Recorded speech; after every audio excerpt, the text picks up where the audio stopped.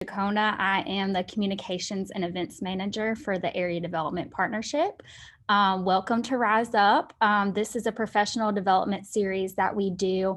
And today we have Tim Walker, VP and General Manager of WDAM, to talk to us today about effectively communicating with the media, getting your message out, working with the media.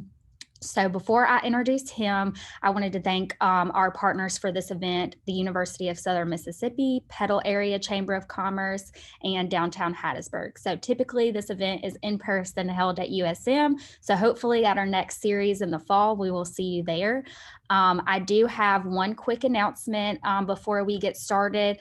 The ADP has an event coming up next Friday. This is our Accelerate monthly event that we do. This will be on Zoom on May 7th at 11 a.m. We have 3 doctors with Hattiesburg Clinic and Forest General joining us on Zoom to talk about the pandemic, the vaccine, and everything going on right now. So be sure to join us next Friday, and you can register for that on the ADP's website. So I also wanted to point out we will be doing a Q&A session today at the end of our program, so be sure to utilize the chat and Q&A features on Zoom to interact with Tim, and we will go ahead and get into it. So Tim Walker is the Vice President and General Manager of WDAM TV, a position he has held for nearly a year, since May of 2020. He has worked for WDAM's parent company, Gray Television, since 2002, previously serving as the General Manager of WTOK TV in Meridian. Tim joined the WTOK staff in 1987 as a technical director. He began his broadcasting career at the age of 14 with his hometown radio station and has worked in the industry continuously since that time. He holds a BS degree in business administration from Livingston University.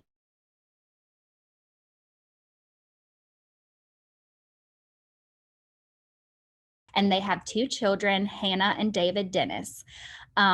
He is the immediate past chair of the Mississippi Association of Broadcasters and previously served as chairman in 2003 and 2019. Prior to moving to Hattiesburg, Tim served a 3-year term on the board of East Mississippi Business Development Corporation Commission. Let's all welcome Tim Walker to Rise Up today.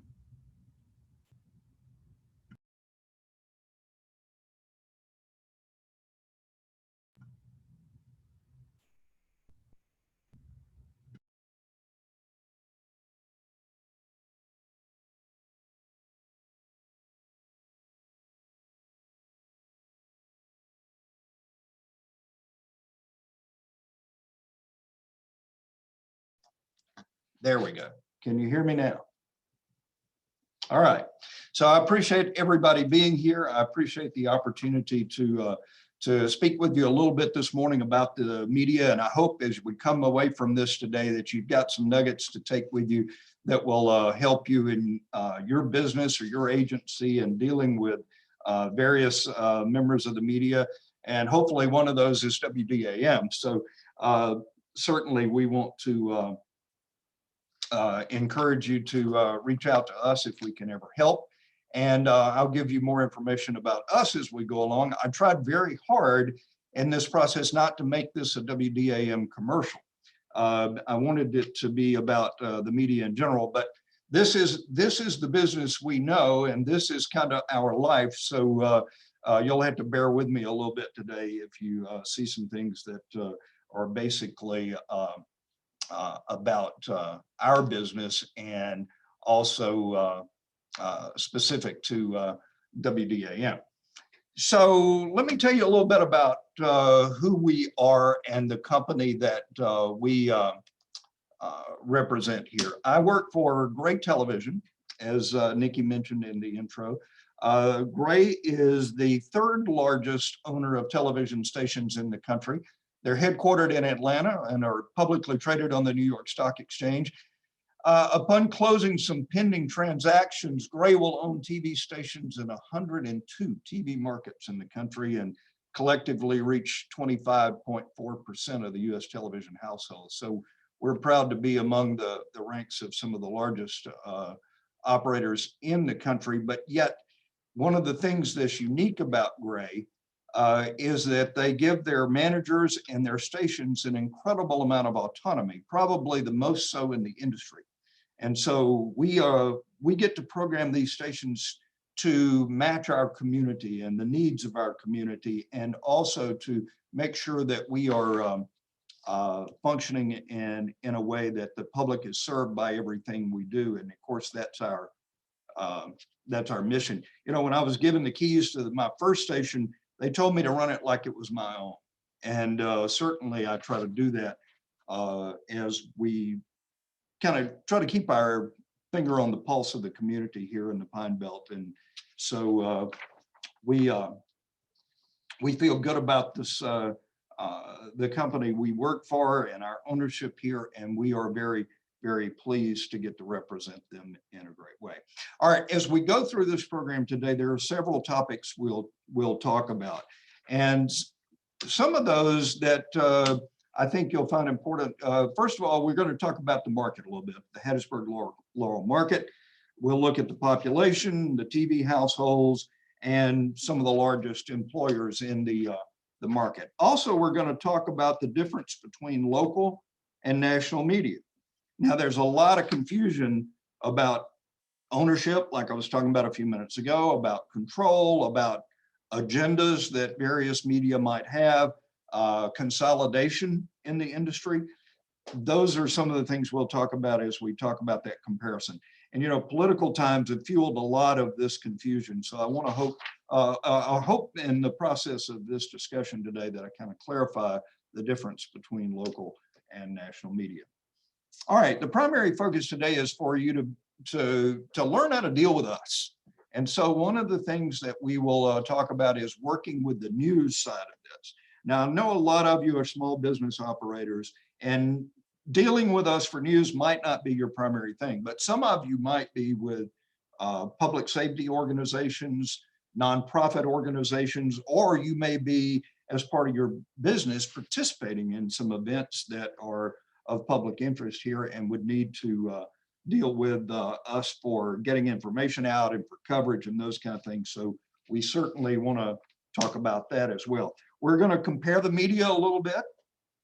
This is where I'll have to do some apologies up front that, you know, the business we know is the broadcast business of television and digital. And we have got some research there that I'll share with you that talks about not only our media, but other media.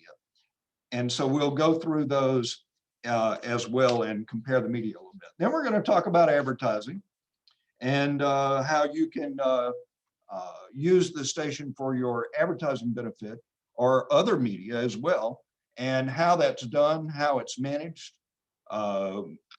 everything from how we determine value, how we sell on our programming and the various parts of the day and how they're sold. So we'll go through all of that. And then at the end, we're going to have a little fun and talk about some new technology called Next Gen Television that'll be coming out. And I'll tell you about some of the things that it'll bring as we move along. And then at the end, of course, like Nikki said, we're going to save a little time for some Q&A. I know you'll have some questions, or at least I hope that will be interesting enough that it will generate some questions that maybe I can give you some answers to. So let's jump right in there and talk about the Hattiesburg Laurel market just a little bit. This is information garnered from the ADP and from the Census Bureau. We are market area ranked 168. There are 210 television markets in the country. We are market 168. You've probably heard the term DMA before. We kind of moved away from that as a Nielsen Media Research acronym. So when we talk about the market here, we will talk about the market, and we're the 168th largest television market in the country. So population of about 190,000, median age at 34.8, median household income a little over 62,000, and of course the median property value here around 159,000. On the other side, you'll see some of the top employers here in the market, and it goes without saying that the the medical community and the education community make up a large part of that. Not to take anything away from the military and others, but I think that you would all agree that they have a tremendous amount of impact on this community here.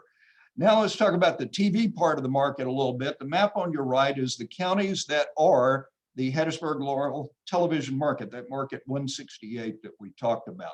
And we talk about things not so much in population like it says to the right there on the screen, but we talk about television households. And these are TVs or households that are actually using television in the market. This market has 95,000, just over 95,000 households that use television in that. Of those, 41, nearly 42,000 are actually served by one cable system or another. It's not any specific one. Obviously, the largest operator in this market is Comcast, but there are others that make up this number. A little over 26,000, nearly 27,000 still using direct-to-home satellite with DirecTV or Dish Network. And a trend that for many, many years was declining, but is now growing, is the over-the-air market. And it's now matching the satellite penetration of the market. And we're going to talk about that a little bit later and why that is. And when we get into talking about streaming and over-the-top television, which is a term that we'll talk about in just a little bit. All right. So I promised to talk about local versus national. One of the things that I have to deal with here as a manager is that sometimes ownership of local TV stations is completely misunderstood. Also radio stations, newspapers, all media outlets, so many of them have varying types of owners. Some are owned by national corporations, some are owned locally. Here in this market, you've got a mix of that where some of the TV stations are owned by Gray and Nexstar and others by a smaller company who's more locally operated in Waypoint. You've got newspapers, some that are locally owned, some that are owned by larger firms, and you've got radio stations, a mix of that. Some of the stations in the market owned by local operators that have been here for a long time and have put their heart and soul into running those radio stations over the years, and some that are owned by national corporations, but they have local operators. It's not my place to judge this here. I can tell you from one that is owned by one of the largest operators in the country, we get to run this station like it's locally owned. So I think that there's some confusion there, and also probably some, I don't want to say unfair, but probably some concerns that are maybe not warranted by who owns it as opposed to how it is operated. Also, there's confusion that we're owned by the networks on the TV side, that if you're an NBC station, you're owned by NBC. If you're a CBS station, you're owned by CBS. And that's only true in some of the larger markets of the country. There are network-owned stations out there, but they are not in this market, by the way, and there has never been in this market. Affiliations with networks are not ownership.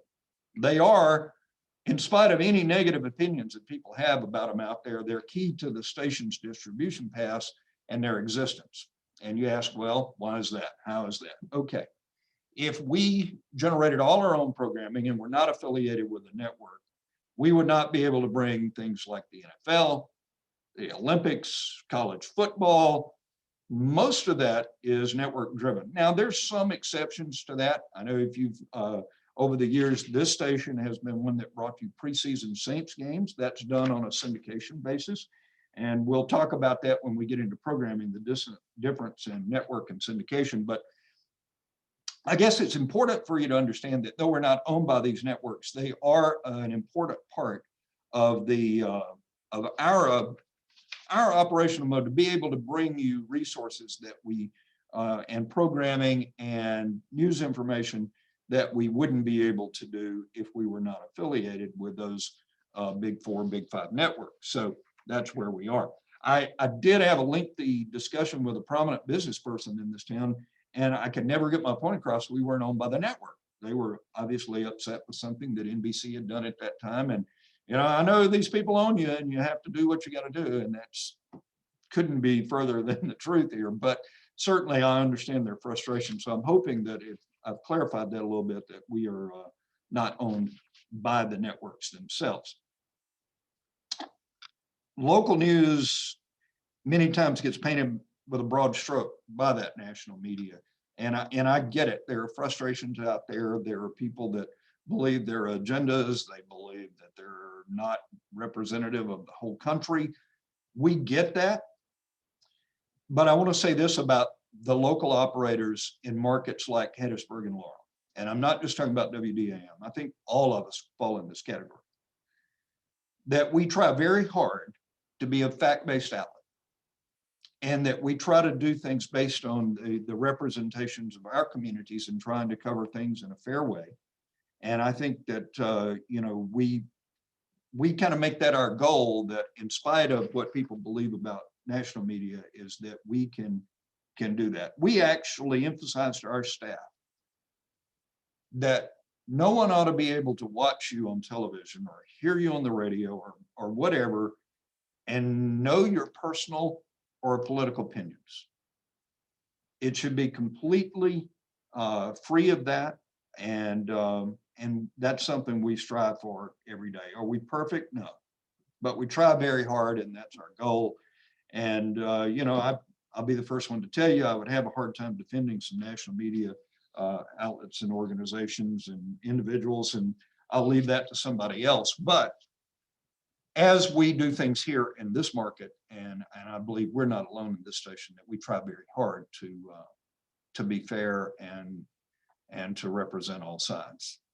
Okay, I mentioned syndication and national a little while ago.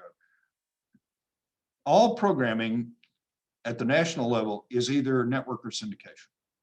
And examples of some syndicated shows that are not controlled by the networks would be like on our station, Wheel of Fortune, Judge Judy, Ellen, and the like. We actually purchase those programs from national or from syndicated companies that sell to stations across the country, and we fill the local time or the time the network is not filling with syndicated programs or with news programs or community affair programs that we generate ourselves. We negotiate the purchase of those programs independent of our network affiliations. And why does that matter to you? You're like, okay, you're just telling me stuff I don't need to know here. And when we get to the advertising part, I think it'll be important, because syndication normally has more opportunities for local spot inventory. There are more commercial avails in a syndicated show than there would be in a network show. So that has a bearing on how much you have to pay for those and the availability. And again, we'll talk more about that when we get to the advertising portion. Okay, I want you to write something down. I want you to write this address down. This is info@wdam.com. And what this is a immediate path to how you get to us with news and community information. Now, I would encourage you also to reach out to all the other media in the market and find out what theirs is. That is the address that we use as a gateway from the community to obtain information. Others do it differently. You may have a radio or a newspaper that theirs is the publisher or the editor or the program director in the case of radio. That's fine, but I'm going to encourage you to reach out to any media that you deal with and obtain this same information like I just gave you for WDAM.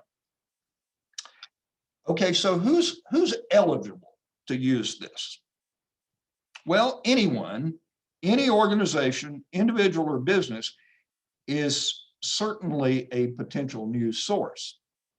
But understand, we are not in the business of providing a pro bono advertising vehicle with our news broadcast. So what that means is that we can't treat as news everything that might happen in every individual commercial venture or commercial business in this market, or obviously we'd have no time for news. And that's kind of where we go back to advertising. But that's not to say that some of these organizations may not be involved in charitable things. They may not be involved, or they may be involved in community events. You may be the owner of a business, but on the side, you're a representative of your sorority or organization or fraternity, whatever the case may be, and you need to contact us. So everybody is eligible to do that. And it's all about providing a benefit to the viewer. Now, we're not able, like I said, to provide the time and the resources to cover everything that might be going on with every business or even every event in town, because many times there's more than we just can possibly get to or be part of. The key to it is about the benefit to the viewer and to the community as a whole. So again, if a business is participating in something or providing a new service that is real life-changing importance to viewers, that may be of interest to us. An example of that might be a medical facility. Let's say you're in a particular medical facility out there and your business is launching a unique service to their patients in the community that might not have been available here before. Well, that has a tremendous human interest element and wide appeal to a lot of people, and we may want to know about it. So to say that we never do this with a business would not be correct. It's about the benefit to the viewer and about the benefit to the community. And the more people that it impacts, the more you get our attention. It's very, very hard sometimes to accommodate all of the niche audiences out there that we, you broadcast it to 8 counties and it only affects a few people, then sometimes it may not get front and center. But we want you to be able to access us. This is how you go about doing that. Here's another thing to consider: fundraisers. If you want to get our attention as a news organization, assist us in finding a family or an individual who has or will benefit from your efforts. We're always looking for that human connection. Example, in my old station that I was at in Meridian, we were regular sponsors and we did an incredible amount of promotion for Relay for Life. And one of the things they did was they got us survivors, where we could actually put real stories, real things about real people out there. If you want to get our attention and see about getting your thing to the top of the list, that's a perfect way to do that. So let's talk about what the news department needs. And I think this is true of any organization, whether it's a news department of nearly 30 people like we have here, or a small newsroom somewhere, or a one-man band newsroom, or a radio station where a lot of what they do, news programming and all, is all handled by 1 or 2 people. Many of these things that we're going to talk about still apply. First of all, timing. Let us know in advance that events are happening. It's really difficult for us to adjust personnel when we find out about something at the last minute. So any advance notice you can give us is certainly to our benefit. Again, info@wdam.com when you're talking about here. Those addresses that you're going to obtain from the other media out there to make sure you get theirs to them. That way you're not having to go on the website at the time you're trying to do it and figure out, well, what person do I need to send this to? You've got that information there. But timing is most critical. The sooner we have it, the more we can plan, the more we can get it, or easier it is to get on our schedule. And hopefully we can help you by doing that if we know about it well in advance. The other thing is information. It's always a good idea to share a point of contact. Be sure when you send something to this address that you give us a primary contact so that we can talk to them. Very seldom do we just show up in anything. And I think that's true from this kind of information. We're going to reach out to you. And it also gives us the opportunity to schedule interviews. You might be able to have just the right person there when we're going to be there to talk to. That makes what you're doing even more effective. So the more information you can give us, the better. And that contact information, we need that. Let's say you got a small event. We talked about the ones that aren't of broad appeal. Maybe your church is doing something, or a particular club that you're doing, but you might have a hard time getting the news organization's attention because it's a small thing. Nearly all of us in the media run some form of a community calendar. We have one here. There's a link on our website, wdam.com/community, that you can go to and get to that community calendar. But most TV, most radio, most newspaper outlets have some form of a community calendar. And they're an excellent option for those events that are narrower in audience or appeal. And by the way, for the protection of the product, we always have facilitators screen those before they go up online so that we kind of protect what's out there. The most important thing I ask of you in dealing with this portion of the media, dealing with the news organizations, dealing with our public affairs departments, is understanding. And what I mean by that is we try to cover every event that we can in the community that we can possibly get to, but by nature of news, coverage plans can change on a dime. Things happen. We have a limited amount of resources. I'm speaking for the whole group here. I feel like I'm safe in saying we probably have the largest organization in the community, and it's still tough. So if you've got an organization out there that has even fewer people than we do, it's tough to get to everything. And so we just ask for your understanding. When you talk to us, sometimes we're reluctant to promise to be somewhere. And that's because we don't want to put you or us in a situation where we just can't be there because something changes. So understand if we are reluctant to promise something, but we always do our best. Okay. Who makes the decision about what makes it to air or what makes it online? And this is going to vary by every entity because different media do different things different ways. But I'll tell you about ours. The head of the news department is the news director, and we're fortunate here that we have a new person coming on board as news director this coming Monday. Her name is Emily Forrester.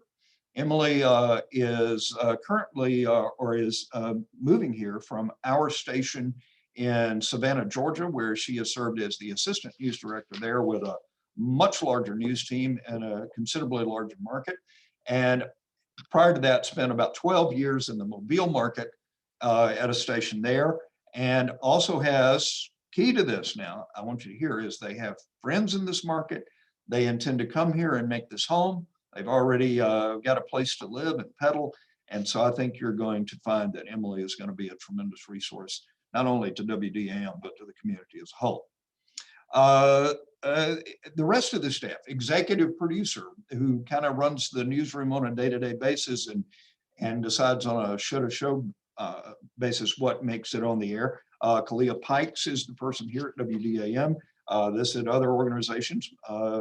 They may have executive producers or somebody that functions very similar to this by a different title. Kalia has also worked in larger markets and brings an incredible amount of wealth and of information to the job. And also we have another position, and that is the digital content manager. WDAM.com and our other digital platforms are a big part of what we do here every day. And Chris Thies, who's been with us for several years and is a graduate of the University of Alabama, is our digital content manager. And he also serves as the assignment editor for the news department. So Chris is one that you definitely want to form a relationship with, because on a day-to-day basis, he is the one that is responsible for assigning stories and assigning the things that we cover. We also have a team of 4 producers who do nothing but monitor and create content for our online presence on WDAM.com and our apps and the Game Time app. And so these people are there strictly to do online work, and we get a lot of information here from organizations and things around the Pine Belt that may not make it on the air, but certainly make it on our digital platform. So, be sure that that we know about that in time. Okay, I'm going to pick up the pace here a little bit and move through this pretty quick. This is comparing the various media. Excuse me, and let me say up front, I'll apologize up front that this is TV Focus. I am not here to bash any other form of media. Matter of fact, I have a great respect for them. So The information here is provided at face value for the research that's been done for how people interact with the media and the media that they use every day. What I would suggest as you're dealing with making your advertising plans is that you talk with the various media and you let them tell you about their businesses and tell you what their strengths might be. But I'm going to do this in the most clean way I know how, but we're in the television business, so I have to kind of lean in that direction. There was a survey that was commissioned by the TV Bureau. TVB is an organization we use for a lot of our research in our industry, and it was commissioned. They commissioned GfK to do this study. Now, GfK, if you don't know who they are the fourth largest research company in the world. And so this is not something that was just done off the cuff. And it was done late last year in the kind of the height of the pandemic, November 10th through the 24th. And all of us in the media, all forms of media, pretty much saw a spike in usage during the pandemic, and especially at the onset of it. So take into account some of this. And if you want to see more of what I'm going to present today in person, reach out to us and we'll make sure that an account executive gets to you and share some of this information. But this research was done by collecting information from an opt-in panel, and they used about 2,200 18 plus adults. It's an 18-minute online quantitative survey. They made it a point to make sure that they didn't wait any particular time of day unfairly. There were two parts to the survey they looked at. One is time spent with the media and its reach, and then basically people's attitudes about the media, whether it's particular forms of media or how they operate or whatever. They also looked at it by category, people that might have been looking to buy a car or remodel a home. So there were a lot of things taken into account, and I'm only going to touch the surface of a few of these things today. So I'm not going to delve into this very, very deep, but they also looked at time of day as a very critical part of what they were looking for and how people use various different forms of media at different times of the day. You know, finding like that TV was bigger in the evening and internet bigger during the day and those kind of things. So that's kind of where they go with this. They also talked about the traditional kinds of media: television, AM, FM, satellite radio, print newspaper, print magazine, and then, and of course, the list is much longer than that. And they also talked about digital, whether it's computers, smartphones, or tablets, e-readers, and the like. So the various forms of media that were measured are listed here. So you see there was cable news, broadcast news, radio, print, digital. By the way, there's some of these that are highlighted bold. I just kind of want to tell you what some of those are made up from. So if you've got a question about streaming audio, would be things like Spotify and Pandora, which a lot of us subscribe to. Streaming programs on digital media with ads might be a Disney Plus or a Peacock or a Discovery Plus. And then the streaming programs on digital media with no ads going to be Netflix or your premium services like Hulu Premium. And of course, streaming video other than TV programs on digital video would be like YouTube and the like of those. Okay. This survey found that TV has the highest reach of platforms and broadcast TV leads the way. 80% of the respondents at some point used broadcast and cable, broadcast and cable TV together. The broadcast only portion of that was 79%. So you'll see that even though they may be a cable user, many of the channels that they're using on their on that cable system are broadcast. And you'll see some of the others. This is not, again, not to pick on any of these. I think they're all significant numbers. Email is big up there, but radio is at 48%. And considering that so much of that is in car drive time, that's certainly admirable. Newspaper is still significant to this. And also our websites and apps that we use in broadcast. So it just kind of gives you an idea. And again, the various media can give you more information about how the reach is. We talked a little bit about cable and broadcast and the difference and what that means. The combined usage of broadcast with cable was 80%, broadcast only 79%, meaning that most people have broadcast even if they did not have cable, and people that only used cable was about 57%. The majority of the TV program reaches through linear TV, that is using regular TV with broadcast and cable, or with streaming services, either with ads or without ads. So you can see that TV, whether it's cable or broadcast or whatever, is still a big part of our life. We're not talking about any individual channel here necessarily. We're just talking about TV in general. Okay. What do people spend the most time with? This is the information based on just that. You know, how many hours a day are you doing that? Obviously, I'm proud to be in a business that we get the largest part of the day.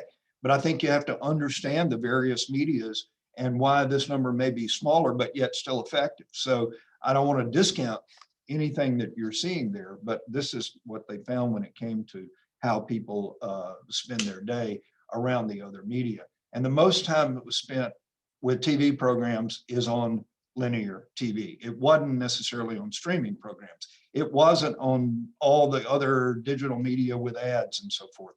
It was on regular old TV. All right, so let's talk about their attitudes about it. So they asked them if you could just choose 5 networks. Let's say you're a cable subscriber and you can only watch 5 networks. What would they be? Okay. 4 of the 5 on this survey were the broadcast networks, the big network affiliated stations, CBS, NBC, ABC, and NBC and Fox. And it might be one other, whether if you're a sports fan, it might be ESPN, it might be Fox News, it might be HGTV, whatever it might be. But if you could only have 5, you wouldn't give up those main ones. And I think it's because of the various forms. Everything's there: news, entertainment, programming, and local. That's what's key to it, is local. Now, I'm not trashing any network in doing this. This is just how people react. And of course, you're not limited to that. And these people were given 50 networks to choose from, but that's basically the way it turned out right there. So what medium influences purchase decisions the most? There you go. TV and social media at the top of the list right there. All of them significant to what we do, but the ones that seem to influence purchasing more are those. All right, let's talk about it from a news standpoint. What's your primary source of news? When they asked these people this is how it broke out. A little more scattered. And by the way, these are abbreviated, so I'm going to kind of tell you what some of them are. The far left one is regular broadcast TV. The second one is cable networks, then social media, and that 8% fourth one there are the broadcast stations, websites, and apps. Those are what they are. Followed by all the digital online media and radio very close behind. So that's where people tend to go for news. Now, let's talk local news, local traffic, weather, sports. Broadcast TV gets a bigger picture of it. Again, this is the industry I know, so I'm not here trashing the others. I'm just giving you the information that this is typically where the people go. And with that comes big responsibility on our part. We invest heavily in these areas of news and weather. You'd probably be shocked what it costs to do some of the things we do if you just knew. And so this is where people go, and that's important information for us and important information for you as you make decisions about how you utilize media. Okay, who do you trust? All right, we talked about that a little bit. You know, I get it. I understand that there is some distrust out there in various places, and you know, we have a big election cycle, and that trust further deteriorates. But that left number over there is still local newscast, local. So if you're considering who you trust, most of your local news people on your local stations are going to be the ones you trust the most. 66% there in the middle is the local TV websites. So it's more even here than I might imagine that it would be. And people have a lot of different opinions, but that's the information they got from that survey about who you trust. And the key to that is, notice the word that's seen on all of them is local. It's about local. That's the thing that works. And people have trust in is the local part. Okay. What motivates you to do something? What motivates you to research things more? In TV ads, we find that these are the people that are motivated to go online and find out more when they see an ad, or they see a story, or they see whatever triggers that. Car buyers, the biggest one, obviously. Home remodelers, that number probably bigger than ever last year because people were home and they were doing a lot of things. You know, there's a lot of discussion out there about the cost of lumber and building materials and how hard they are to get. And there was somewhat of a glut of that last year, and it's because people were home during the pandemic. And that's a big thing where people would see the ad and research it. And there was a lot of emphasis put on that in our industry going forward. Broadcast websites add more reach to the broadcast than cable. So, you know, if we were just doing things the way we did 20 years ago, where we had a newscast in the morning, we had a newscast at noon, and we got a newscast at 5, 6, and 10, we probably wouldn't be very effective as a news organization anymore in today's world. There's a lot more out there right now. And if you'll look over on that right column, the broadcast TV and the broadcast websites add another 4% of reach every day. And in time spent, that number is even bigger than that. So without those associated websites, all of your media, whether it's television, whether it's radio, whether it's newspaper, whoever, would not be as effective because the lifestyle and the way we do things has changed. So who is the top choice for local information? It's all local here that matters to us. There you go. That's what they found in that survey across the country right there. And kind of tells the tale for what people, what media they turn to for local things. Okay, enough research, bored you with that for a while. Let's talk about advertising. Okay, now, television advertising is the one I know, so it's the one I'm going to speak to. I was an old radio guy before I was in TV and kind of know the way they do things, but I don't profess to be an expert in any of the other media. I'm not even an expert in ours, but these are the things we know. And it's about supply and demand. Spot television sold on a supply and demand basis. Other media has similar methods, but TV is sold on a grid, even in the smallest markets. So there'll be different types: fixed placement, preemptible spots, immediately preemptible spots. What does that mean?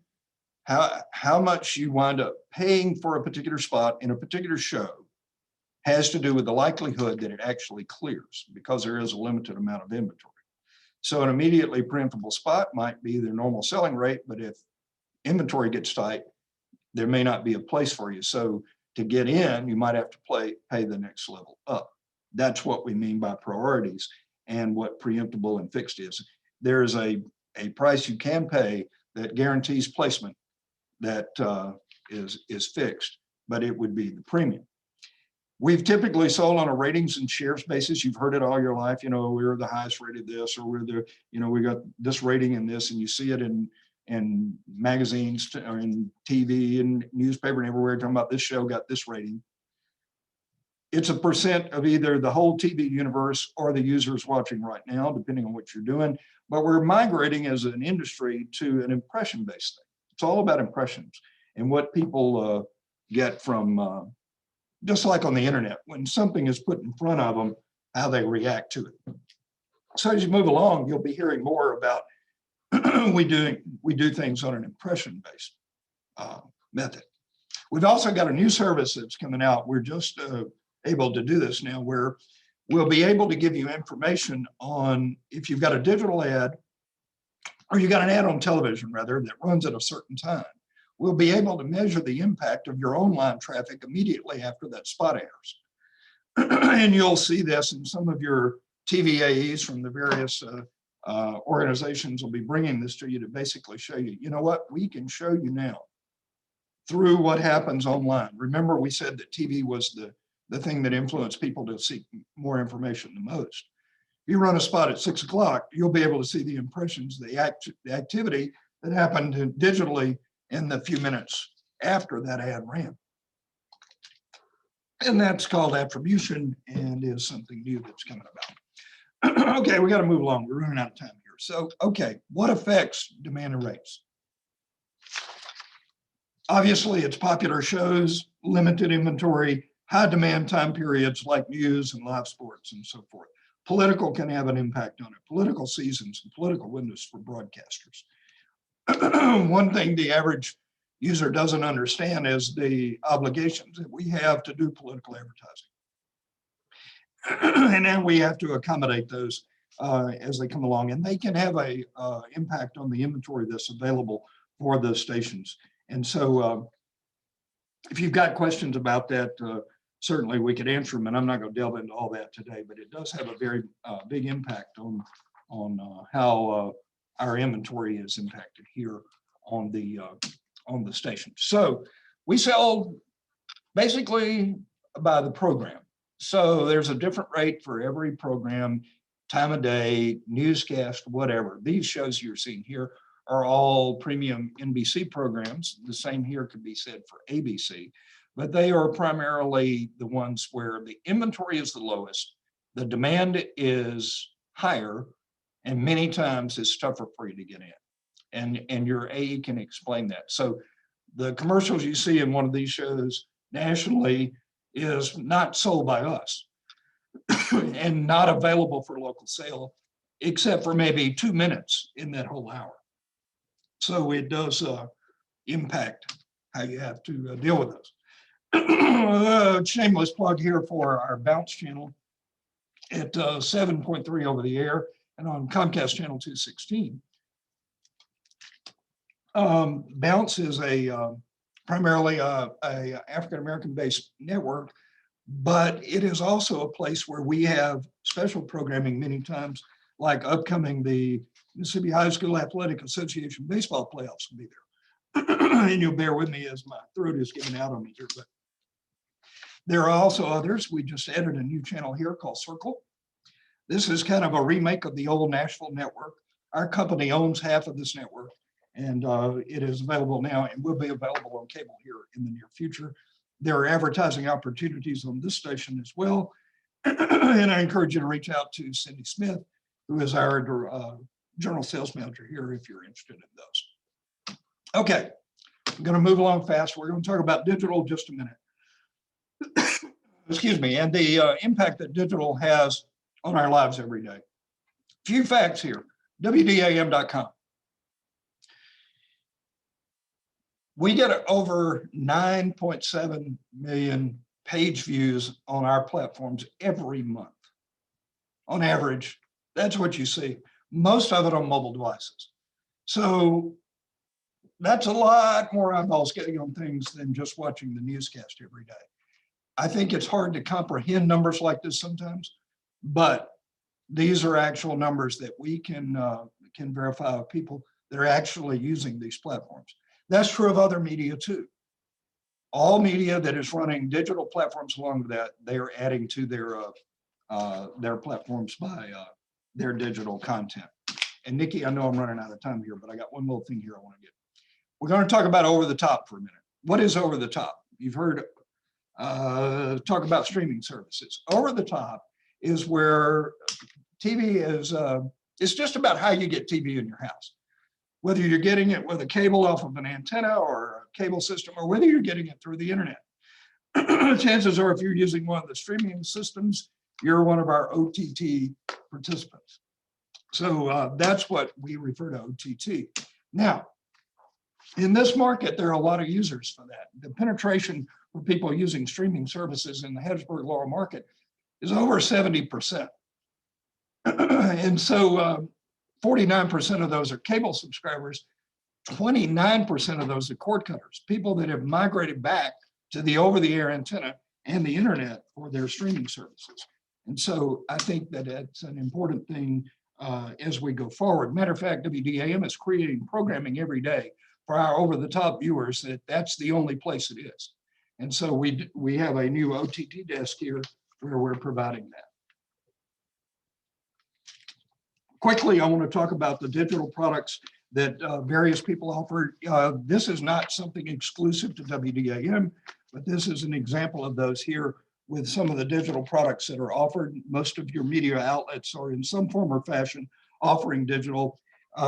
First of all, we offer digital on our own platforms, but we also offer this in the realm of, you know, the old thing where I Googled this ad and it followed me. This is kind of where we go with that. We're able to provide retargeting, targeting ads based on people's behavior, geo-targeting, geo-fencing, where we do things by locale. And also we can do email marketing, social media marketing, and we talked about the over-the-top streaming and some of the things that are available there on the various platforms.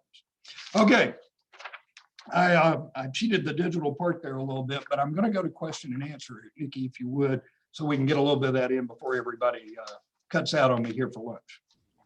Absolutely. Thank you so much.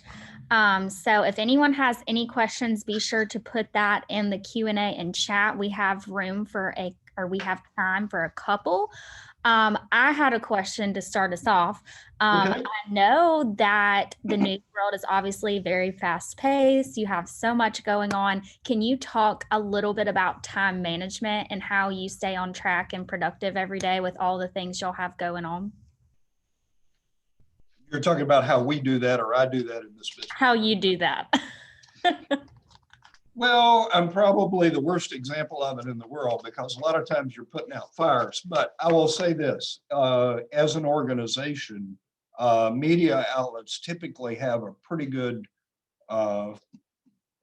control of their organization. You know, we all are deadline based. We have newscasts we have to get on the air at certain times of the day.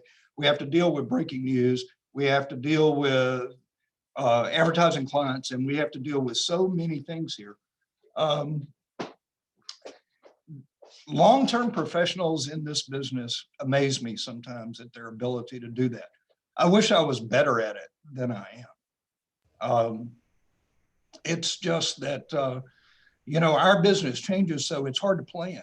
I can plan a given day of what we're going to deal with, but something might occur that we have to get pulled away and do something special in our news environment or in the sales environment, and it kind of throws a hole in that. So I wish I could give you a good answer to that, but we're probably the worst example. That's okay. We have one question from a attendee. How far in advance do broadcast outlets prefer to receive notification, press releases, or media advisories regarding an event or press conference? 2 weeks, 1 week, the day before? Typically 2 weeks on a smaller event. Now, if we're doing an in-kind thing with an organization, we were part of the Hattiesburg Half Marathon. That was done 2 months in advance. We worked with Visit Hattiesburg to do that. Those type things of that scale take a lot more time. But if you're talking about a press conference, you're talking about some charitable event that is smaller in scale, typically 2 weeks is what we ask for. We know that's not always possible, but the sooner we have it, the sooner we can get on our schedule, the better we can deal with it. Great. I think we have time for 2 more questions. Can you talk about any advertising opportunities that you guys have? I know social media advertising is very prevalent. I know you guys do banner ads. Can you talk about any low cost opportunities as well? And do you think that the digital advertising is more effective than maybe a press release or a commercial? Well, Probably the most effective thing is digital that is designed to reach the person you're going after. One of the things you can do with digital that is harder to do with the general media, like television, radio, and so forth, is that you can target it. And I didn't get to spend a lot of time on that, but basically digital is something where we can do that based on people's behavior. We can do it on the things they're interested in. We can do it by locale. And we can do that in a way where, not to use the word waste easily here, but it's focused in a point where you feel like it's just not going out there to the masses, but only a few people are interested in it. Digital is the place to do that. It is the most cost effective in doing that because we can do it on a per impression basis. Frankie Crichelle is our digital manager here. Her and the total AE staff can work with anybody. I'm sure other organizations have many of the same. If I were telling somebody that they were trying to reach certain people doing a certain thing, digital is the way to go. Great. Well, I think that's all the time we have today. Tim, thank you so much for coming and giving us all of these great tips and information about WDAM and the advertising and TV world. We thoroughly appreciate it. Thank you to everyone who logged on today. This will go up on our YouTube channel as well. So if you want to refer back to anything, and like Tim said, their main email is info@wdam.com, I believe. So be sure to utilize that. If y'all have anything that y'all need to give to WDAM in the future. And of course, stay up to date on the adp.com for some of our upcoming events. And we hope to see y'all at the next Rise Up. Thank you so much.